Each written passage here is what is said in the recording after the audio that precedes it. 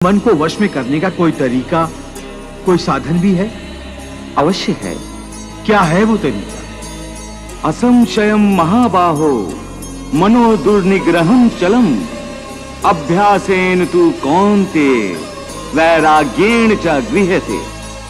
अर्थात मन को वश में करने के लिए उस पर दो तलवारों से प्रहार करना पड़ता है। एक तलवार अभ्यास की है और दूसरी तलवार है वैराग्य की। देखो अर्जुन, अभ्यास का अर्थ है निरंतर अभ्यास।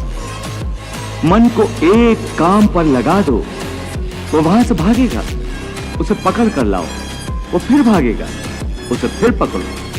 ऐसा बार बार करना पड़ेगा। जैसे घोड़े का नवजात शिशु एक क्षण के लिए भी स्थिर नहीं रहता, क्षण क्षण में इधर उधर फुदकता रहता है, उसी प्रकार मन भी क्षण क्षण में इधर उधर फुदकता रहता है। एक चंचल घोड़े की तरह मन भी बड़ा चंचल होता है, और ऐसे चंचल मन को काबू करना उतना ही कठिन है जैसे किसी मुंहजोर घोड़े को काबू करना। ऐसे घोड़े को काबू करने के लिए सवार जितना जोर लगाता है, घोड़ा उतना ही विरोध करता है और बार बार सवार को ही गिरा देता है। परंतु यदि सवार दृढ़ संकल्प हो तो अंत में वो सर्कस घोड़े पर सवार हो जाता है। फिर वही घोड़ा सवार के इशारे पर चलता है।